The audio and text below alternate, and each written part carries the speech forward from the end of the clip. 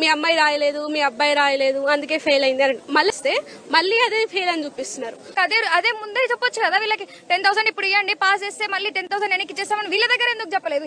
మల్లారెడ్డి అసొంటోడు ఇప్పుడు ఇన్ని కాలేజీలు నడిపిస్తుండు, వాడు దొంగలు అందరికి తెలుసు. పోనీ అని చెప్పి ఎందుకు మంచిగా మర్యాద మాట్లాడదాం అనే వారికి వీళ్ళని కనీసం తిండి సగా పెట్టాడు, ఫీజుల మీద ఫీజులు.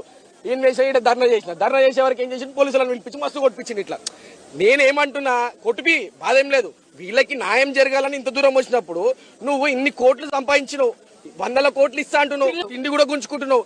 నీకేం బతుకురా బాయ్? ఇది ఒక బతుకారా? ఇది ఒక బతుక? నేను జీవితంలో నేను ఒకటే అడుగుతున్నా, 500 కోట్లు ఇస్తా అంటున్నావు పోయి కాంగ్రెస్ లా. నీ అమ్మ పిచ్చకుంటోళ్ళకి పిల్లలకి చదువు మంచిగా చెప్తే వీళ్ళే కదరా నీకు బంగారం రేపు పొద్దుగాల. మల్లారెడ్డికి మరో షాక్. అసలు విషయం ఏంటంటే కాలేజీలో విద్యార్థుల ఆందోళన. మల్లారెడ్డి మొన్న చూస్తే కాలేజీలో కూల్చివేత, అంతకుముందు రోజు చూస్తే రోడ్డు